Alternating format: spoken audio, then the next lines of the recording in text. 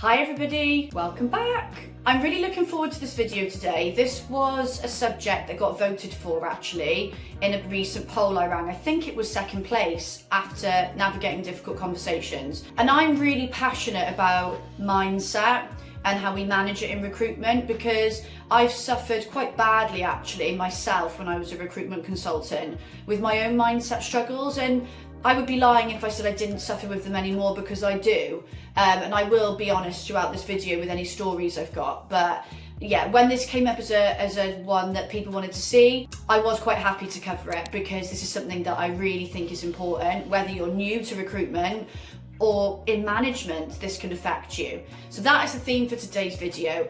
And I love a number and I love giving you so many top tips. You probably noticed that from previous videos.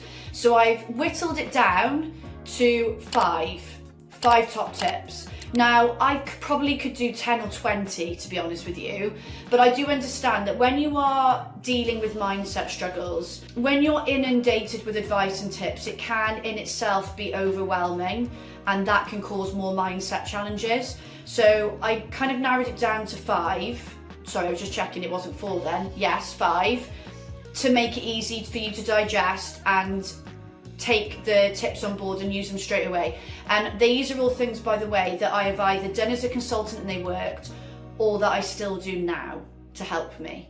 So these aren't just things I've read in a book and picked out of thin air. Believe me, they are things that I know work, that I use myself or have done in the past, and I use them with the people I train.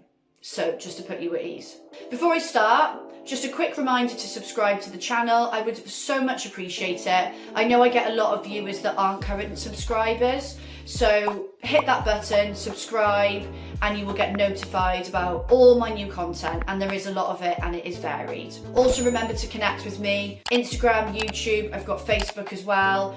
Different content is shared on the different platforms, so it is well worth investing in connecting with me on all of those platforms. Right, anyway, let's get started on the video and my first tip. So tip number 1 is talk to somebody. Now this may seem like a very obvious tip to start with and give you, but I do know from experience and from the people that I work with that quite often when we are dealing with mindset struggles and difficulties, we feel that it's better just to deal with it ourselves. I'll just keep it to myself, I can work it out. Sometimes it actually feels unsafe to voice it. We think we may be judged, that we aren't capable of doing our job, we're worried about what people will think. Sometimes we're just not confident to talk about it. So I have learned through experience that a problem shared really is a problem halved, and they don't call it talking therapy for nothing. It works. So by opening up and talking about it, it not only makes you see the reality of it and helps process it, but it helps you get the support that you need based on the level of severity of what you're going through. Now, for some of us, we may initially open up to somebody outside of work, and that's great, but I really do recommend that you speak to somebody in work. It could be your manager, it might not be, it doesn't really matter, but somebody that you trust, somebody that you feel comfortable with. The reason why I recommend this is because you are then talking to somebody who understands your world. They get your role, they understand the environment, and 9 times out of 10, they've been there before. So that means that the advice they give you and the support is totally tailored to the recruitment world. And if they've been through it before themselves, they can offer advice that they know works, that they've tried themselves. And believe me, when you open up to somebody who makes you feel validated and has dealt with it before, you feel so much better. You know you're not alone. This is one of the biggest tips I can give you, is talk to somebody. But make sure it's somebody that you trust and that you feel comfortable with. Tip number 2, get out of the office. We are so easily sucked into, in recruitment, being hunched over our desks all day. And sometimes when we are dealing with mindset struggles around maybe how well we're performing or how good we are at our job, we think, well, I've got to do more work and more work and more work, and that will make me feel better. It doesn't. I've been there. Sometimes just by changing your stance and your environment, getting out in nature, getting some fresh air, it really does put things into perspective for you, and it helps you see the reality of it. And it's just good to get out of the office. So take that lunch break, take that walk to get a coffee or a tea, but the lunchtime walk can be so beneficial because you get that break you need, you can reflect a little bit. It might be that you take tip 1 and 2 and add them together and go for a walk with somebody and open up to them about it. But definitely take time away from your desk and the hustle and bustle of the office. And if you work from home, you can do this as well. This is something that I always struggle with and that I need to be better at. And when I do it, I think, God, why don't I do this more often? Because I come back and I feel 10 times better than I did before I left. So get away from your desk and get out of the office. Tip number 3, this is something that I do every single day, morning and night. I didn't do it when I was a consultant. Actually, I started it in my last year of being a consultant, So I wish I'd started it earlier because, oh my God, this has made such a difference to my life. And this is journaling and writing things down. Now, it might not be that you journal, but writing things down in general is a brilliant way of dealing with mindset struggles. Write down your thoughts and your feelings. Get them out. And read back what you're writing. Sometimes you read it back and think, oh my God, that's not true, or I'm being silly. Sometimes it just helps to get it out of your brain. Because often when we're dealing with these mindset struggles, it takes up so much of our space in our brain that we haven't got room for much else. And that then affects how we perform and affects our relationships out of work, everything. So writing things down is a massive, massive tip from me. Now, if you are somebody that thinks that journaling sounds too long a task, and something you wouldn't stick to, what I can recommend with starting with, which I did, is buy something called the 5-minute journal. There's loads of different variations of it. It literally does take 5 minutes to do. In the morning, you fill in a few questions. In the night, you fill in maybe 1 or 2 questions. And it helps you reflect on the things that you're grateful for, the things that went well in the day, the things that you've learnt, and it's just a lovely way to start and end your day and process things. I now still do that, but I've now ended up journaling because that's given me that experience and I've almost grown into journaling. And I find it amazing. It's a way for me to get all that rubbish out of my head before bed, keep perspective on what's going on in life. And when you are going through difficult times, you can look back at when you've had good times and when you've got through difficult times before, and it just makes you feel good because you know you can do it. So that is a big tip from me. Write things down. Tip number 4, very short and sweet one, but one we forget about a lot. Sometimes these mindset struggles are an actual sign that you need to rest. Think about the last time you had a day off. Think about, have you been sleeping well? Are you getting enough downtime outside of work? Have you got an early finish in the bank that you could use potentially?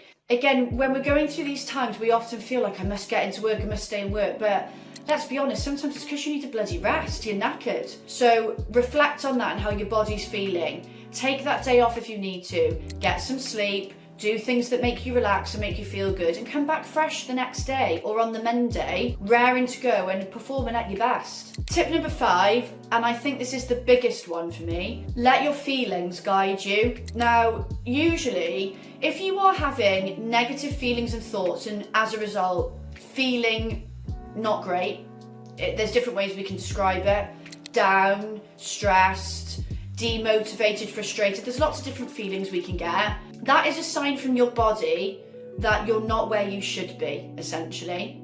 And a lot of the time, we're thinking what I call upstream thoughts. That if you think of yourself in a boat, flowing and trying to row against the water, that's hard work. It's doable, but it's hard work and you're going to be knackered and it's not going to feel great. It's not enjoyable. You're not going with the flow of the water. Upstream thoughts are often what's going through our head. We are suffering from mindset difficulties. So for example, literally as close as last week, I was suffering from imposter syndrome. Any of you that follow me on my social media channels, and actually I think I've mentioned it in previous videos, this is quite a common thing for me. It pops up, rears its ugly head now and again, and some of the thoughts that go through my brain are just nonsense. And the upstream thoughts that I have are things like, my clients aren't happy with me, they're not going to continue with their training, they're not enjoying the sessions I'm providing, I'm not really that good at what I do, this is just all a hoax, I've just been lucky so far to get clients, they'll realise I'm not very good soon. Really ridiculous thoughts. They're upstream thoughts that make me feel rubbish, to be honest with you. What I then need to do is take control of those thoughts and go more downstream. I want to chill in that boat and go with the flow of the waves and the current and do less rowing and just take in the scenery and enjoy it. So to flip that, I have to really train myself to do this. I'm not saying it's easy, but it would then be me thinking downstream thoughts, such as, if my clients weren't happy with me, they'd tell me. Why would they be purchasing training from me if they weren't happy with the service that I was providing? I'm great at what I do. My business still wouldn't be running if I wasn't a good trainer. Thoughts like that. And sometimes it can start with somewhere in the middle, somewhere that just gives you that relief and takes you out of the negative.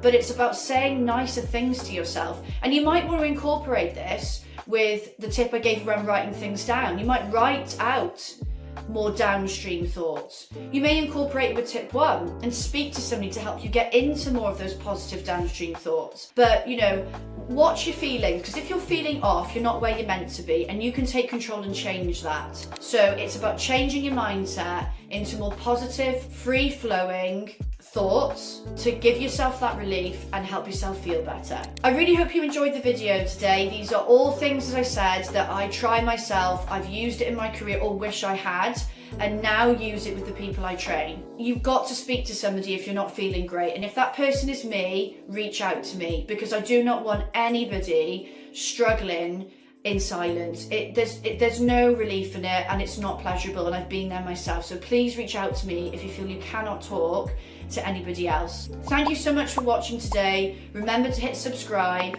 Keep an eye out for Recruitment Uncensored. The next episode will be very soon, and I will look forward to seeing you in my next video. Thank you so much. Take care.